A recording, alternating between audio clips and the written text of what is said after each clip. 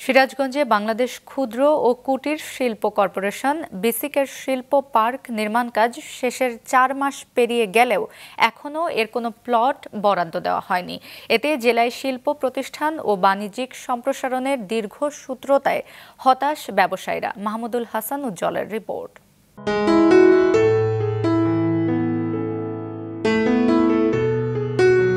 যমুনা সেতুর পশ্চিমে সিরাজগঞ্জ সদর উপজেলার সয়দাবাদ ও কালিয়া হরিপুর ইউনিয়নের ৪০০ একর জায়গা জুড়ে গড়ে তোলা হয়েছে ৮২৯টি প্লটের দেশের সবচেয়ে বড় এই শিল্প পার্ক। সিরাজগঞ্জের শুধু কৃষির উপর নির্ভরশীল যে শ্রমিক, তারা শুধু কৃষির উপর নির্ভরশীল না হয়ে ইন্ডাস্ট্রি থেকে যদি তারা নগদ অর্থ উপার্জন করতে পারে, তাহলে এই সিরাজগঞ্জ জেলায় মানুষের যে স্বল্প আয়ের বা মধ্যম আয়ের বা নিম্ন আয়ের যে মানুষগুলি আছে, তাদের ভাগ্যের চাকা অনেক উন্নতি হবে।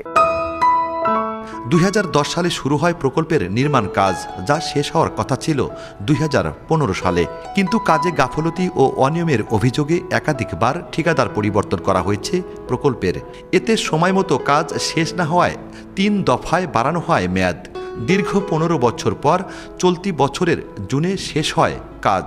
জমি ক্ষতিগ্রস্ত হইলেও আমরা আশ্বস্ত যে বাংলাদেশের মধ্যে এত বড় একটা প্রজেক্ট আমাদের বাড়ির সামনে হয়েছে, আমাদের জায়গার মধ্যে, এর জন্য আমরা গর্ববোধ করি।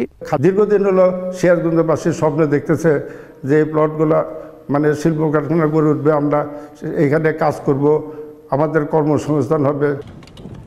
কিন্তু প্রকল্পের কাজ শেষ হওয়ার ৪ মাস পেরিয়ে গেলেও এখনও প্লট বরাদ্দ দেওয়া হয়নি।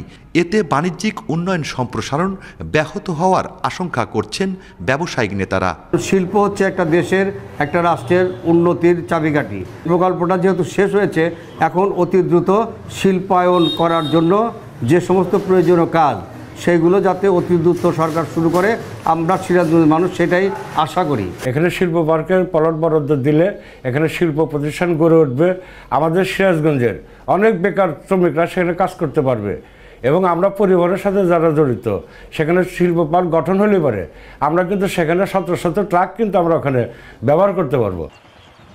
প্লটের মূল্য নির্ধারণ শেষ হলেই দেয়া হবে বরাদ্দ, বলেন বিসিক এর এই কর্মকর্তা।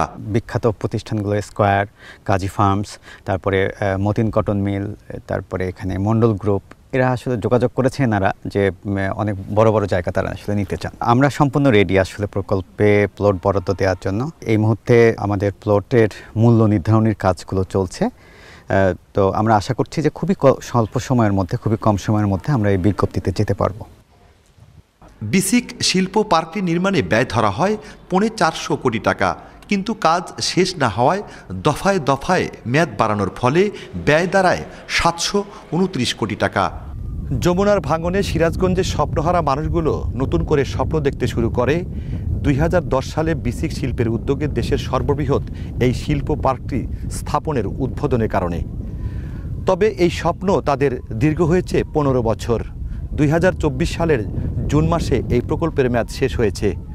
তবে এখন সিরাজগঞ্জবাসীর দাবি, দ্রুত এই প্রকল্পের প্লট বরাদ্দ দিয়ে সেই স্বপ্ন বাস্তবায়ন করার বাস্তবতা দেখতে চায় তারা।